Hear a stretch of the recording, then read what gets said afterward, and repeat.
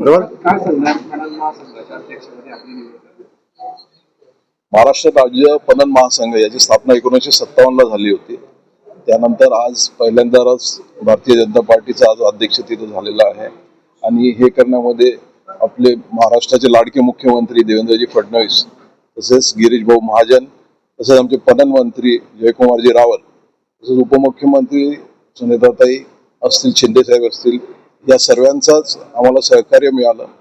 आणि आज इथं अध्यक्ष म्हणून झाल्यानंतर ही शेतकऱ्यांशी निगडीत संस्था आहे. मी एका शेतकऱ्याचा मुलगा आहे, तर त्याच्यामुळे मला देखील आनंद आहे की अशा शिखर संस्थेवरती राज्याच्या मला काम करायला मिळतंय. माझा जेवढा पण आजपर्यंतचा सहकार्यातला अनुभव आहे तो मी पूर्ण याच्यामध्ये 100% या पदाला न्याय देण्यासाठी मी प्रयत्न करेल. 65 वर्षानंतर भाजपकडे हे पद आलंय, कसं बघायला? आज योगायोगाने भारतीय जनता पार्टीचे जे आपले लाडके पंतप्रधान आहेत त्यांचा नाराच आहे की सहकार से समृद्धी. आज पहिल्यांदा कॅबिनेट मिनिस्ट्री सेंट्रल गव्हर्नमेंटमध्ये अमित भाई शाह यांच्याकडे आहे, त्याच्या माध्यमातून सहकार क्षेत्राला प्रोटेक्ट करण्यासाठी अनेक साऱ्या योजना आज उभ्या केल्या जात आहेत. आज शेतकऱ्यांचा माल बाहेर पोहोचवण्यासाठी देखील एक्सपोर्ट ओरिएंटेड काही कॉपरेटिव्ह सुरू केल्या गेलेल्या आहेत देश पातळीवरती. तसंच सीड कॉर्पोरेशन सुरू झालंय, नवीन ऑर्गॅनिक साठी कॉर्पोरेशन सुरू झालेलं आहे. तर आज केंद्र शासन हे अगदी पॅक्स पासून ते केंद्रातल्या मोठमोठ्या संस्थांपर्यंत सगळीकडे लक्ष देऊन त्या कशा प्रॉपर नफ्यात राहतील, त्याच्यानंतर त्याच्या माध्यमातून शेतकऱ्यांपर्यंत कसं काम पोहोचू शकेल हे आपण बघून राहिलोय. तर मला निश्चितच असं वाटतं की अशा काळात भारतीय जनता पार्टीच्या मुळे जिथं मला आज हे अध्यक्षपद मिळालेलं आहे आणि राज्यात आणि केंद्रात देखील हे सरकार असल्यामुळे मला मॅक्सिमम हा शेतकऱ्यांना बेनिफिट सहकार क्षेत्राच्या माध्यमातून आपल्याला त्या काळापर्यंत पोहोचवता येईल. दादा, आगामी काळात शेतकऱ्यांसाठी नेमकी आपली काय नियोजन असणार?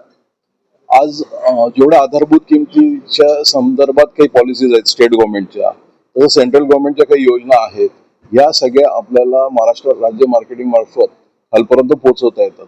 म्हणजे जो आपला जो सिक्युअर्ड प्राइस असतो शेतकऱ्यांना प्रोटेक्शन करण्यासाठी जो असतो, तर तो त्या प्राइसवरती काही बरेचसे धान्य, कडधान्य, तसंच आम्ही धान खरेदी हे सगळंच राज्य मार्केटिंग फेडरेशन मार्फत होतं. आणि हे किती पारदर्शकतेने करता येतं याचा आम्ही प्रयत्न करू. आज 100% डायरेक्टली शेतकऱ्याच्या अकाउंटमध्ये पैसे जातात, हेच फार मोठं पाऊल आहे, जेणेकरून मधले सगळे लिकेजेस थांबलेले आहेत. आणि त्याच्यामुळे अजून जास्तीत जास्त शेतकऱ्यांना कसं आपल्याला त्यातून इन्व्हॉल्व्ह करता येईल, वेळेवरती त्यांच्या नोंदणी कशा करून घेता येतील, सिस्टीम कशी अजून सोपी करता येईल, यासाठी मी काम करेन. आता MSPचा मुद्दा दरवर्षी गाजत असतो. आता पणन महासंघ MSPच्या मुद्द्यावरती स्पेसिफिकली आज गाजण्याच्या मागचा उद्देशच असा असतो की बुवा शेतकऱ्यांना हमी भाव जो आहे हा त्यांचा रेट फॉर म्हणजे एक उदाहरण, तर एखादा धान्याचा किंवा कडधान्याचा ज्वारीची किंमत आज बाजारभाव 2000 असेल आणि शासनाचा 3700 रेट आला, तर हा प्राइस स्टॅबिलिटीसाठी असते MSP.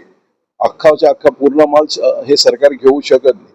सरकार ज्यावेळेस प्राइस स्टॅबिलिटीसाठी असा रेट फिक्स करून देते, त्याच्याने शेतकऱ्यांना देखील एक कुठेतरी हमी मिळते की बुवा एवढा बाजार भाव मिळाला पाहिजे. आणि त्यामुळे व्यापारी देखील त्या हिशोबाने त्याला सिक्युअर्ड करतात आणि मग मार्केटमध्ये तो भाव जो आहे तो बॅलन्स होतो.